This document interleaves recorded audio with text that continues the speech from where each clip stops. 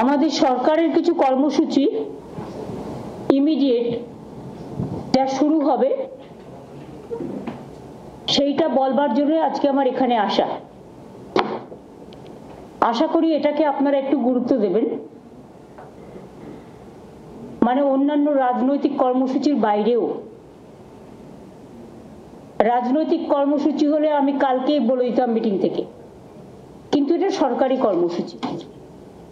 আগেও আপনারা দেখেছেন যে আমরা দুয়ারে সরকার প্রকল্প করেছি এবং দুয়ারে সরকার প্রকল্পে আমাদের প্রায় 10 কোটি মানুষ অংশগ্রহণ করেছেন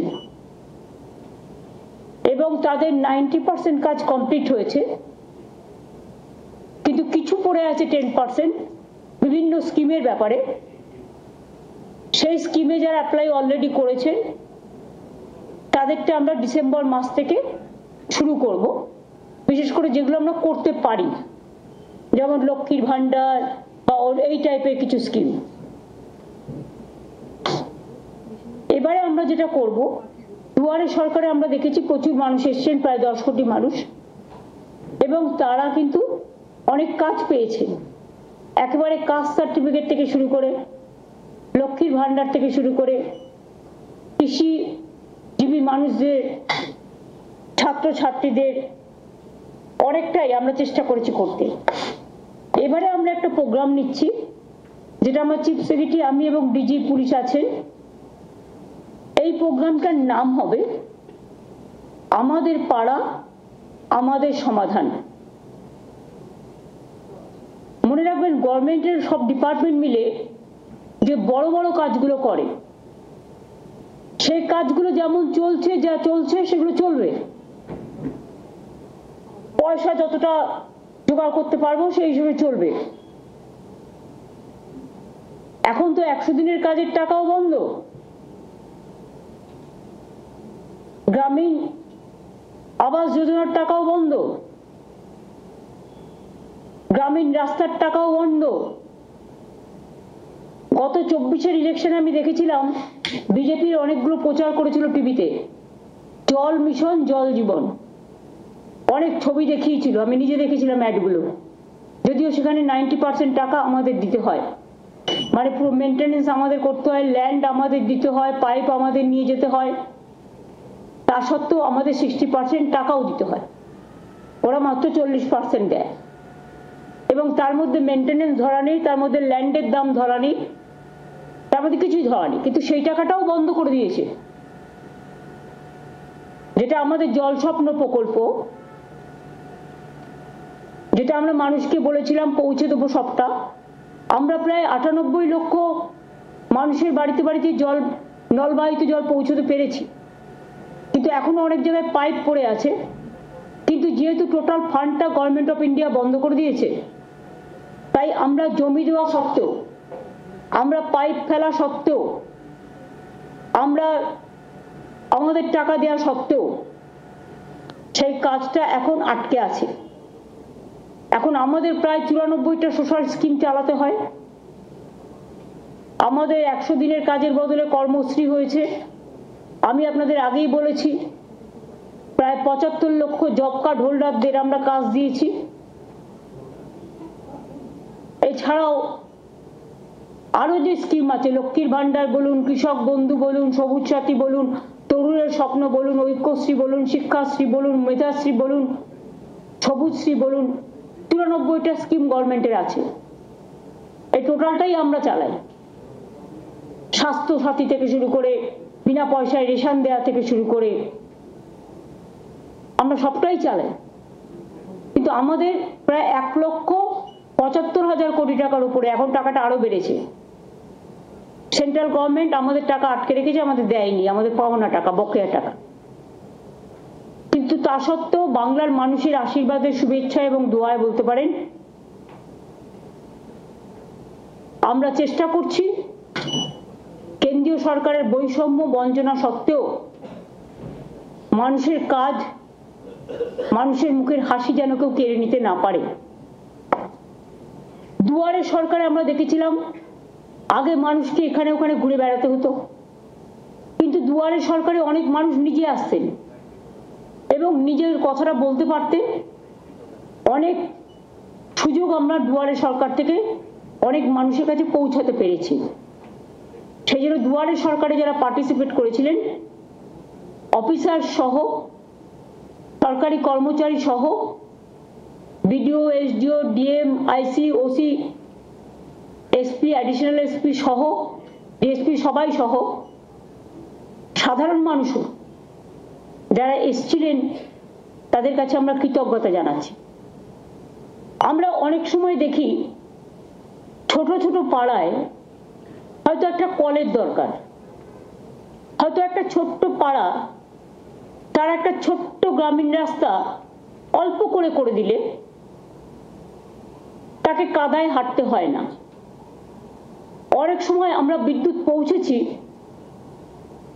অনেক জায়গাতেই, কিন্তু বাই চান্স যদি কোনো জায়গা বাদ হয়ে যায়, যেখানে ইলেকট্রিসিটি নেই, হয়তো একটা ইলেকট্রিক পোল বসাতে হবে বা বর্ষায় ভেঙে গেছে, এই রকম ধরনের ছোট ছোট কাজগুলো, ধরুন একটা আইসিডিএস সেন্টারের বাড়ি ভেঙে পড়েছে, তার ছাদটা করে দিতে হবে। ধরুন একটা স্কুলের ছাদটা দিয়ে জল পড়ছে, ওই ছাদটা করে দিতে হবে, পুরো স্কুল বিল্ডিং নয়, ছাদটা। এইরকম ছোট ছোট কাজের জন্য আমরা একটা প্রোগ্রাম নিয়েছি গভর্নমেন্টের, আমাদের পাড়া আমাদের সমাধান। এক্ষেত্রে সিস্টেমটা হচ্ছে আমাদের সরকারি প্রকল্পে অনেক মানুষ অংশ নিয়েছেন, এবার মানুষের প্রকল্পে আমাদের সরকার পথে নামছেন। যদিও এটা খুব ছোট্ট প্রোগ্রাম, কিন্তু যদি বিস্তৃতি দেখেন তাহলে এর বিস্তৃতি খুব ব্যাপক। মাননীয় প্রধানমন্ত্রীজি বারবার বলেছেন আত্মনির্ভরশীলতার কথা, কিন্তু কার্যক্ষেত্রে কিছু হয়নি, করতে হয় টোটালটাই স্টেটকে। আমরা এখানে কি করছি, আমরা যেটা আমাদের পাড়া আমাদের সমাধান, সারা দেশে এইরকম উদ্যোগ এই প্রথম। এখানে মানুষ নিজেদের বুথে, ব্রিজ নয় বা স্কুল নয় বা বড় বড় প্রোগ্রাম নয়, সেগুলো যেমন ডিপার্টমেন্ট করে ডিপার্টমেন্ট করবে, এটা এক্সট্রা প্রোগ্রাম। গ্রামে ছোট ছোট সমস্যা থাকে, সেটা আমাদের সরকারি অফিসাররা শুনবেন এবং তাদের একটা জায়গায় একত্রিত করবে। 3টে করে বুথ নিয়ে একটা সেন্টার হবে, একটা পাড়া হবে, এবং 3টে বুথ নিয়ে আমাদের 80,000 বুথ আছে। এটা করতে 2 মাস সময় লাগবে, কারণ একটা বুথ থেকে আরেকটা বুথে যাবে, একটা বুথ থেকে আরেকটা বুথে যাবে, এবং একদিন করে প্রত্যেকটা বুথে তারা সারাদিন থাকবে এবং সেখানকার সাধারণ মানুষ তাদের জন্য একটা করে জায়গা থাকবে, সেখানে এসে তারা তাদের গ্রামের সমস্যা জানাতে পারে। এটা গ্রামের সমস্যা, এবং সেক্ষেত্রে আলোচনা করে সরকারি অফিসাররা ঠিক করবেন কতটুকু আমরা করতে পারি। বড় প্রোগ্রাম নয়, এটা কিন্তু ছোট। আমরা স্মল ইজ বিউটিফুল, স্মলে চলে যাচ্ছে, গ্রামের অন্দরে, মাটির অন্দরে। সমস্ত কাজই হবে স্বচ্ছতা বজায় রেখে, নিরপেক্ষতা মেনে, অনলাইন পোর্টালের মাধ্যমে, কিন্তু মানুষ নিজের সমস্যা নিজে জানাতে পারে, নিজের কাগজ নিজে জমা দিতে পারে। আমরা যেটা বলতে চাই যে আমাদের অফিসাররা তাদের সাথে আলোচনা করবে, 3টে বুথ নিয়ে একদিন করে ক্যাম্প হবে পাড়ায় পাড়ায়, মানে 3টে বুথ নিয়ে, আমাদের 80,000 বুথ আছে, এবং এখান থেকে কথাগুলো শোনার পরে আমরা একটা ফান্ড স্যাংশন করছি। এত সমস্যার মধ্যেও একটা বুথের জন্য আমরা এর জন্য ছোট ছোট কাজ করার জন্য 10 লক্ষ টাকা করে স্যাংশন করব। তার মানে এখানে প্রায় 8,000 কোটি টাকার উপর সরকারের খরচা হবে, এবং এর ফলে একটা গ্রাম একটা বুথ নিয়ে হয়, আপনারা জানেন, তার কিছু ছোটখাটো সমস্যা থাকতেই পারে, কিন্তু যে ছোটখাটো সমস্যাগুলো হয়তো পঞ্চায়েত স্তরেও তারা পায় না, সেক্ষেত্রে পঞ্চায়েত যেমন কাজ করছে করুক, গ্রামসভা যেমন কাজ করছে করুক, জেলা জেলা পরিষদ যেমন কাজ করছে করুক, মিউনিসিপ্যালিটি যেমন করছে করুক, কিন্তু এটা আমরা পশ্চিমবঙ্গ সরকার আমার পাড়ায় আমার সমাধান এই প্রোগ্রামটা করছি। এটা শুরু হবে 4ই আগস্ট থেকে, সরি 2 আগস্ট থেকে, মানে ফ্রাইডে থেকে, স্যাটারডে থেকে হবে, মানে এই শনিবার তো হবে না 27শে জুলাই, নো নেক্সট পরের শনিবার থেকে। এটা হচ্ছে রাজ্য স্তরে এর জন্য একটা টাস্ক ফোর্স হবে, তার দায়িত্বে থাকবেন চিফ সেক্রেটারি নিজেই, ফাইন্যান্স সেক্রেটারি ও অন্যান্য দপ্তরের ইম্পর্টেন্ট যারা এইসব কাজ রিলেটেড তাদের নিয়ে চিফ সেক্রেটারি মাথায় থেকে একটা টাস্ক ফোর্স তৈরি করবেন যারা এটাকে মনিটরিং করবে। আর সেম টাস্ক ফোর্স ডিস্ট্রিক্ট লেভেলেও সিএস তৈরি করে দেবেন, সেখানে যারা মনিটরিং করবে, এবং পুলিশ তো সাথে নিশ্চয়ই থাকবে, কারণ ল অ্যান্ড অর্ডার তো তাদের দেখতে হয়। আমরা এই জন্যই প্রোগ্রামটা করছি যে ছোট সমস্যাও কিন্তু অনেক সময় মানুষ খুশি হয় তাদের কথা কেউ শুনছে, তাদের পাড়াটাকে কেউ মাথায় রেখেছে, তাদের গ্রামটাকে কেউ মাথায় রেখেছে। এই সুযোগে গভর্নমেন্ট একটা 80,000 বুথে পৌঁছে যাওয়ার চেষ্টা করবে। 2 মাস টাইম দেওয়া হচ্ছে, মাঝে পুজোর সময়টার জন্য 15 দিন ছুটি থাকবে, সেই 15 দিনটা আমরা পরের দিকে বাড়িয়ে দেবো, কিন্তু আমরা বুথটাকে কমপ্লিট করব। এই প্রোগ্রামটার জন্যই ওপর থেকে নয়, নিচ থেকে মানুষের কথা শোনা এই প্রোগ্রামটার আসল উদ্দেশ্য, তৃণমূল স্তরে গিয়ে, এবং পাশাপাশি দুয়ারে সরকারও হবে। কেউ যদি দুয়ারে সরকারে নাম লিখিয়েছেন এখনো পাননি, যেটা আমরা করতে পারি, সেগুলো আমরা ডিসেম্বর জানুয়ারিতে করে দেবো। যেমন লক্ষ্মীর ভান্ডার সহ কিছু আছে নতুন এসছে, কাস্ট সার্টিফিকেটের ব্যাপার আছে, কোর্টে কেস আছে আপনারা জানেন, এইসব নানা রকম টাইপের ছোটখাটো কাজ আছে। এইটাই হচ্ছে মেন আমাদের প্রাথমিকতা, যে মানুষ নিজেকে নিয়ে গর্বিত করুক, গর্ব করুক, নিজেকে সম্মানিত করুন। সরকারের কাছে কাউকে পৌঁছতে হবে না, সরকার তাদের দরজায় পৌঁছে যাবে। আমরা দুয়ারে সরকার করেছি, আমরা দুয়ারে রেশন করার চেষ্টা করেছি, পাড়ায় পাড়ায় গিয়ে রেশন দেওয়া হচ্ছে। সেইভাবে এটা আমাদের পাড়া আমাদের সমাধান। 3টে করে বুথ নিয়ে একদিন করেই ক্যাম্প হবে। সকলের সহযোগিতা কামনা করব, এবং এতে আমি আগেও বলেছি আবার বলি 8,000 কোটি টাকার উপর খরচ হবে, সেটা স্যাংশন করা হয়েছে, এবং সমস্ত কাজই শেষ হবে পরিকল্পনা থেকে রূপায়ণ সময় বেঁধে 180 দিনের মধ্যে। মানে এখানে 3 মাস বলছে, কিন্তু আমায় করতে হবে 2 মাস, কারণ আগে আমরা ঠিক করেছিলাম 2টো করে বুথ নিয়ে করবো, এখন আমরা ঠিক করেছি 3টে করে বুথ দিয়ে করবো। সেই জন্য এটা কমে যাবে টাইমটা, 60 দিনের মধ্যে হবে। এইটা হচ্ছে, আমি সিএস কে বলবো আজ থেকেই পরিকল্পনার কাজ শুরু করে দেওয়ার জন্য। এটা আমি সিএস এর হাতে তুলে দিচ্ছি অফিসিয়ালি, যদিও ওনার কাছে আছে সব। এটা ছিল আমাদের সরকারি প্রোগ্রাম ঘোষণা। এবার আমি সরকারি প্রোগ্রামের বাইরে, যদিও বাংলা রিলেটেড বলেই বলছি, দেখুন কালকেও আলিপুরদুয়ারের একজনের কাছে,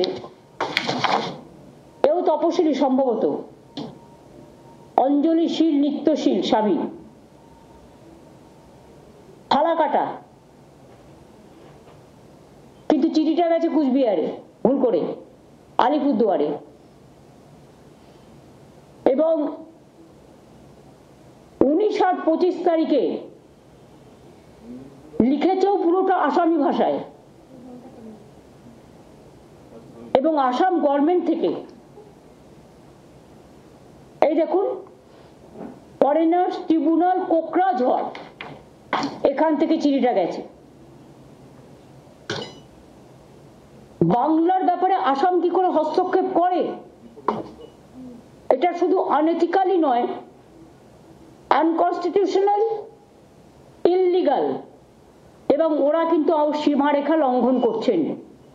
আমি ডাবল ইঞ্জিন সরকারকে বিজেপিকে বলবো, নিজেদের চরকায় তেল দিন। ওখানে তো কালী মন্দিরও ভাঙছেন, দাঙ্গা করছেন, ঘরবাড়ি পুড়িয়ে দিচ্ছেন, মানুষ উচ্ছেদ করছেন, ডিটেনশন ক্যাম্পে সবাইকে রেখে দিয়েছেন, অনেক মানুষের নাম বাতিল করেছেন। এইভাবে যদি মনে করেন আপনারা দেশ চালাবেন, দেশটা কিন্তু বিভক্ত হয়ে যাবে, এবং দেশ যদি একবার বিভক্ত হয়ে যায় তাহলে দেশের শক্ত কাঠামোটা নষ্ট হয়ে যাবে। এটা আমরা কেউ চাই না। আমরা চাই আমাদের দেশ ঐক্যবদ্ধ, শক্তিশালী থাকুক। এটা যদি কেউ চান, আসামি ল্যাঙ্গুয়েজে লিখেছে, আমি সৌম্যকে দিয়ে দিচ্ছি, সব প্রেসকে একটা করে কপি দিয়ে দেবে। আমি নিজে ভাষাটা পড়লাম, প্রথমে দেখে মনে করবেন ওটা বাংলা ভাষা, তা নয়। আসামি ভাষার সাথে বাংলা ভাষার কিছুটা মিল আছে, আমরা বুঝতে পারি, কিন্তু সবটা তো বুঝতে পারি না, কারণ সবটা সম্বন্ধে আমরা তো অভ্যস্ত নই। কিন্তু ডিটেলস চুরিটা পুরো আমি বুঝতে পারলাম, লিখেছে আসামি ভাষায়। এবার দেখুন, বাংলাদেশ সাসপেক্ট করে আজকে আবার একটা চিঠি এসছে গভর্নমেন্ট অফ ইন্ডিয়া থেকে, হরিয়ানা থেকে, হরিয়ানার গুরগাঁও থেকে, ডাবল ইঞ্জিন সরকার। সেখানে অনেকগুলো নাম দিয়ে বলা হচ্ছে, in all district Kolkata, district collector মানে ডিএমদের কাছে, মালদা জেলা, দক্ষিণ দিনাজপুর জেলা, উত্তর দিনাজপুর জেলা, নদিয়া জেলা, মুর্শিদাবাদ জেলা, কুচবিহার জেলা, উত্তর 24 পরগনা জেলা, এবং অল এসপিকেও বলা হয়েছে এই নামগুলো সব ভেরিফাই করে ইমিডিয়েট আমাদের জানাও, এমএইচ এর গাইডলাইন্স অনুযায়ী। এরা কি চাইছে, বাংলাটাকে দখল করতে নাকি? মানে গায়ের জোরে বাংলা রাজ্যটাকে উঠিয়ে দিতে? ভাষা সন্ত্রাস চলছে, মানুষের উপর অত্যাচার সন্ত্রাস চলছে। এবার প্রত্যেকটা জেলা চুনকে চুনকে, মানে বেছে বেছে জেলার মানুষদের যাতে সংকটে ফেলা যায়। আমি সবাইকে বলবো, কেউ ভয় পাবেন না, আমরা আমাদের কাজ আমাদের মতো করব, মানুষকে রক্ষা করা আমাদের দায়িত্ব এবং কর্তব্য। এই সব করে ভোটার লিস্ট থেকে নাম বাদ দিয়ে বিজেপি যদি মনে করেন মহারাষ্ট্র আর দিল্লির মতো বাংলায় জিতবেন, তাহলে ভুল করছেন। মানুষের বিস্ফোরণ গতকাল আপনারা দেখেছেন, কাউকে আমরা নিয়ে আসিনি, তারা নিজেদের তাগিদে এসছেন। এবং এটাও যদি চান, এটাতেও প্রায় নাম আছে 52 জনের।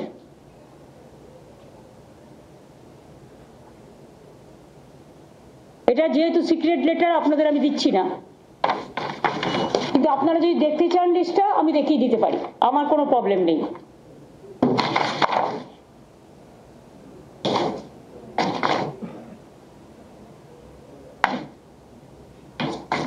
দেখুন ফুল পেজ লিস্ট, দেখুন ফুল পেজ লিস্ট, দেখুন ফুল পেজ লিস্ট।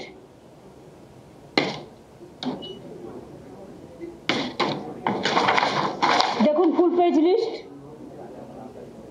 দেখুন ফুল পেজ লিস্ট, 52 পর্যন্ত সিরিয়াল।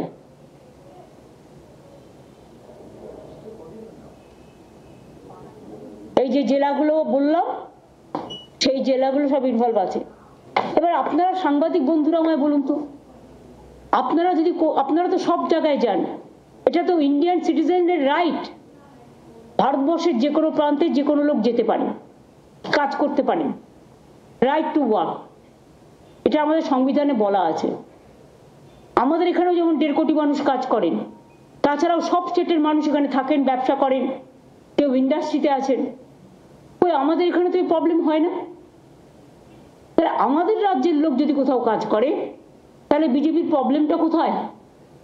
আর তারা যে নিজে থেকে গেছে তো তা নয়, তাদের স্কিল আছে বলে, ট্যালেন্ট আছে বলেই নিয়ে গেছে।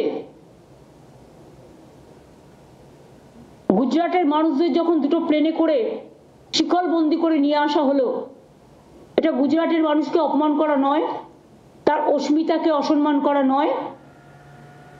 তেমনি মনে রাখবেন,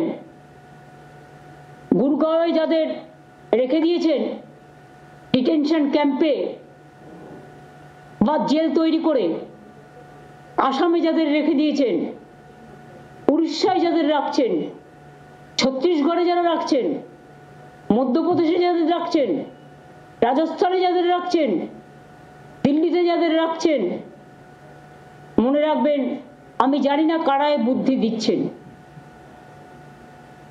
নিশ্চয়ই বুদ্ধি ভ্রম হয়েছে, বুদ্ধি ভ্রষ্টা হয়েছে। পয়েলগাঁওতে যারা আক্রমণ করলো সেই জঙ্গিদের কেন অ্যারেস্ট করছেন না? মণিপুরে যে তাণ্ডব আজও চলছে, আসামের মুখ্যমন্ত্রী মহাশয়, আপনাকে সম্মান জানিয়েই বলছি, আপনি মণিপুর তো কন্ট্রোল করতে পারলেন না, আপনি নাকি নর্থ ইস্টার্নের দায়িত্বে।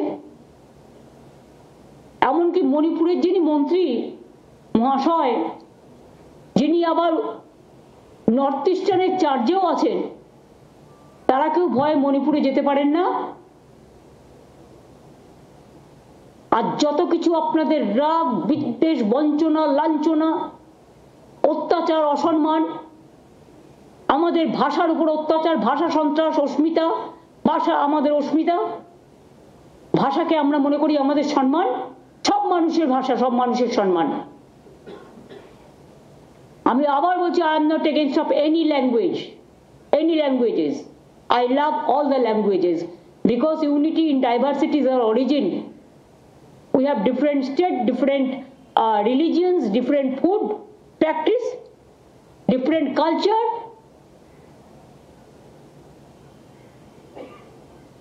আমরা সবাই সবাইকে নিয়ে ভালো থাকি, এটাই ভারতবর্ষ।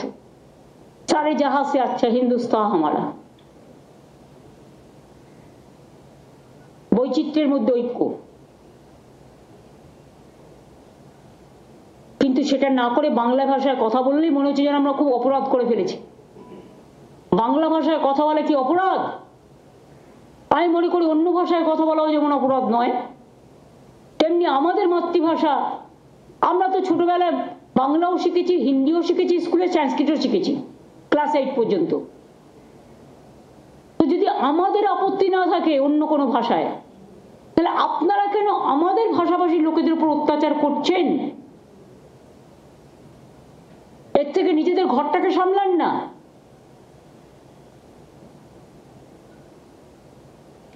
ঘরে আগুন লাগলে জলে আগুন নেভাবেন কি করে? আগে তো ঘর সামলান।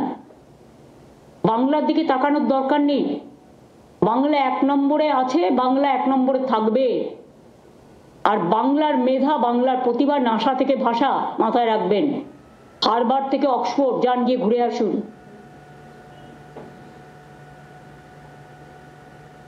আমি একটা ছোট্ট বলছি, স্টোরির মতো, আমরা ছোটবেলা থেকে শুনে আসছি। একবার মা দুর্গা, কার্তিক আর গণেশকে, যেহেতু আমাদের ন্যাশনাল ফেস্টিভ্যাল হয়, ইউনেস্কো ট্যাঞ্জিবল ইনট্যাঞ্জিবল হেরিটেজ পেয়েছে, যে মা দুর্গা বলছেন কার্তিক আর গণেশকে, দেখি কে আমাকে সারা পৃথিবী তাড়াতাড়ি ঘুরে আসতে পারে, এই রকম টাইপের। হয়তো কথাটা ঠিক নাও হতে পারে, আমার ছোটবেলার স্মরণ থেকে বলছি। তখন কার্তিক ময়ূরপঙ্খী নিয়ে, ময়ূর নিয়ে ঘুরে, তার বাহন নিয়ে ঘুরে বেড়ালো সারা পৃথিবী, কিন্তু গণেশ শুধু মাকে প্রদর্শন করলো। তখন মা বললেন, দেখলে তো, মাকে ঘোরা, মাকে নিয়ে ঘোরা, মাকে চারিপাশে ঘোরা মানে পৃথিবীকে ঘোরা। যেটা রবীন্দ্রনাথ ঠাকুরের ভাষায়, দেখিতে গিয়াছি পর্বতমালা, দেখিতে গিয়াছি সিন্ধু, দেখা হয় নাই চক্ষু মেলিয়া, ঘর হতে শুধু 2 পা ফেলিয়া, একটি ধানের শীষের ওপর একটি শিশির বিন্দু। এগুলো বাংলার অবদান, জাগরণের অবদান, জাতির অবদান। আমরা আজও গর্ব করে বলি, ন্যাশনাল সং লিখেছেন ইন্ডিয়ার বঙ্কিমচন্দ্র চট্টোপাধ্যায়, আর ন্যাশনাল আন্থেম লিখেছেন বিশ্বকবি রবীন্দ্রনাথ ঠাকুর। রামকৃষ্ণ বলুন, স্বামী বিবেকানন্দ বলুন, বিদ্যাসাগর বলুন, চিত্তরঞ্জন দাস বলুন, ক্ষুদিরাম, প্রফুল্ল চাকি, বিনয় বাদল, দীনেশ, মাতঙ্গিনী হাজরা, যাই বলুন না কেন, নেতাজি সুভাষচন্দ্র বোস, গান্ধীজিও খুব ভালোবাসতেন বাংলাকে, যদিও পোরবন্দরে তার জন্ম, গুজরাটে, কিন্তু তিনি যখন দাঙ্গা হচ্ছিল তখন তিনি বেলেঘাটায় গান্ধী ভবনে বসেছিলেন ফ্রিডম অ্যাট মিডনাইটের দিন। কেন জানেন? যাতে দেশ ভাগের পরে কোনো দাঙ্গা না হয়, দাঙ্গা সামলাবার জন্য। তার মানে ভালোবাসতেন বলেই তো ছিলেন। বেলেঘাটায় গান্ধী ভবন আছে আমাদের। আমরা গান্ধীজিকে দেশের নেতা বলি, জাতির পিতা বলি, তখন কি ভাবি যে উনি কোন দেশ কোন রাজ্যে জন্মেছিলেন? সেটা ভাবি না, আমরা ভাবি উনি জাতির পিতা। দেশের নেতা কেমন হয়? দেশকে যিনি ভালোবাসেন তিনি হয় দেশের নেতা। সুতরাং মানুষকে ভালোবাসলে তবেই দেশকে ভালোবাসা যায়, আর মানুষকে ভালো না বাসলে দেশকে ভালোবাসা যায় না। এইটুকুই আমার বলার ছিল। আমি ডকুমেন্টটা সিএস এর কাছে দিচ্ছি, কারণ যেহেতু ডকুমেন্টটা আমাদের কাছে এসছে। এই পর্যন্ত আজকে আমার বলার ছিল। তারপরে যদি এই সাবজেক্টের উপর আপনাদের কোনো কোশ্চেন থাকে, ইউ ক্যান। दीदी एक सवाल था पार्लियामेंट से जुड़ा हुआ, अगर आप अलाउ करें। पहले आप बताओ, आप लोग तो हम जो कहते हैं वो आप कहते हैं, वो तो नहीं कहते हैं। आप लोगों के ऊपर तो रेस्ट्रिक्शन होता है, बीजेपी जो कह देता है वही आप लोग कह देते हैं। आप कर सकते हैं ना, हम जो बोलते हैं करने का हिम्मत है। आज तो दूरदर्शन को भी ले लिया, एएनआई को भी ले लिया, सबको ले लिया, लेकिन आप पूछिए, आपका पूछने का हक है। कल पार्लियामेंट में राज्यसभा में ऑपोजिशन एमएलए से मूव किया था नोटिस जस्टिस वर्मा के खिलाफ, उसके बाद ही वाइस प्रेसिडेंट जगदीप धनखड़ ने उसको एक्सेप्ट किया था। कल रात को आप क्यों उसको घुमा रहा है? देखिए, जो हमारा पता नहीं है, एक चीज आप लोगों को तैयार करके देता है, आप करते हैं, इसका अंदर में और कुछ गड़बड़ है, देख लो। क्यों आप इसको डेकोरेशन किया है? ये आपका डेकोरेशन हो सकता है, और इसको जवाब दिया हम नहीं कर सकता है। इसको पार्लियामेंट्री कमेटी सब है, एमपीज लोग है, उसको सवाल करने का आदत है, वो जब मौका मिलेगा करेगा। लेकिन आप तो क्वेश्चन तैयार करके ले आया, रिप्लाई तैयार करके ले आया, आपको कैसे पता चला इसके लिए किया? You cannot decide the political parties for what reason Mr. Dhankar resigned. You cannot decorate that line.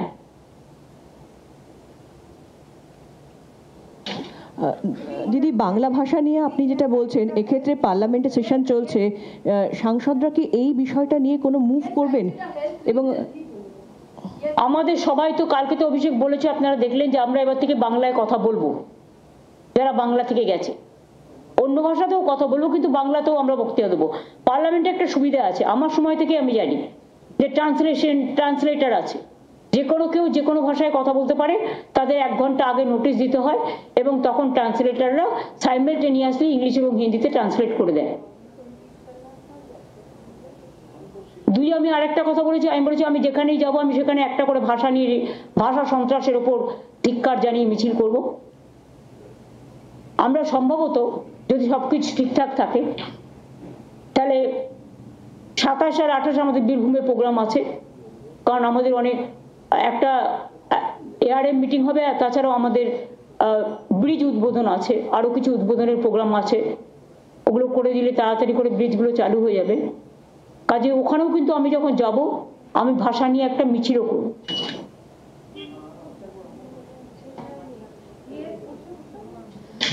Didi, Vice President has resigned from the Rajya Sabha, but then he has cited the health issue. You are from ANI? You are from ANI? No, Didi, from PTI. PTI, okay. Then she is from ANI, na? No, she is Pooja. Your friend? Pooja from Times Now, she was.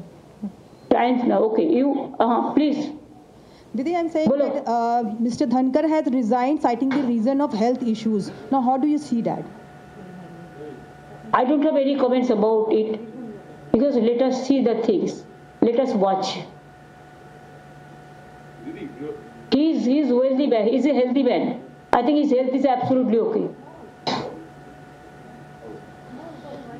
দিদি, বিরোধীরা বলছে যে vote পর্যন্ত তৃণমূল কংগ্রেস এই ইস্যুটা চালিয়ে যাবে, বাঙালি ইস্যুটা।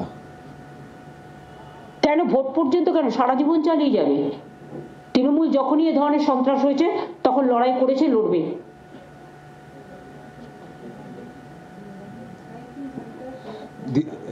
দিদি, আপনি বললেন যে অনেকের কাছে এরকম চিঠি এসছে। আমরা আগে দেখেছিলাম যখন এরকম কোনো মানুষকে সন্দেহর চোখে রেখে ডিটেনশনে ক্যাম্পে পাঠিয়েছে, তখন রেসপেক্টিভ ডিস্ট্রিক্ট পুলিশের কাছে লেটার যায়, কোয়েরি লেটার যায়। এখন কি সরকার থেকে কোনো স্ট্যান্ডার্ড ইনস্ট্রাকশন পুলিশের কাছে যাবে যে সরকারকে না জানিয়ে পুলিশ নিজেদের থেকে কোনো রেসপন্স দেবে? তারা তো আগেই তাদের ভরে দিয়েছে, পরে তো আমরা জানতে পারছি, তখন আমাদের ইনফরমেশন আমরা দিয়ে দেবো। তাহলে এখানে যারা আছে তাদের সম্বন্ধেও এই কোয়ারি হবে তো, এখানে যে মানুষগুলো কাজ করে তাদের সম্বন্ধেও এই কোয়ারি যদি স্টার্ট করি আমরা, সেটা কি ভালো দেখাবে? আমি করতে চাই না, কারণ we respect each and everybody. একটা ভাষায় কথা বলা কারো অপরাধ নয়।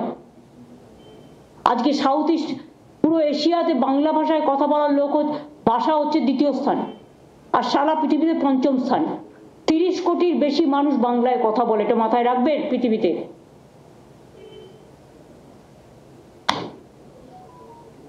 আই থিঙ্ক হয়ে গেছে। আমার আবার ইউনিসেফের ওরা আসবে, আমার দিদি একটা জিনিস খালি জিজ্ঞেস করা ছিল, সেটা হচ্ছে যে এই যাদের নিয়ে কোয়েরি করতে পাঠাচ্ছে তাদেরকে নির্দিষ্ট ওই রাজ্যে, মানে যে রাজ্য থেকে কোয়েরি পাঠাচ্ছে সেখানে 30 দিনের জন্য একটা হোল্ডিং ক্যাম্পে রেখে দেওয়া হচ্ছে। তাতে তারপরে যদি, সেটা তো কালকে আপনাদের আমি মিটিং এ দেখালাম, এটা ইল্লিগাল ডিটেনশন এবং অসম্মান আমাদের মাতৃভাষার প্রতি। এবং দিদি ওই চিঠিটা, এটা চ্যালেঞ্জ হবে, just wait and see, it will be challenge at proper time.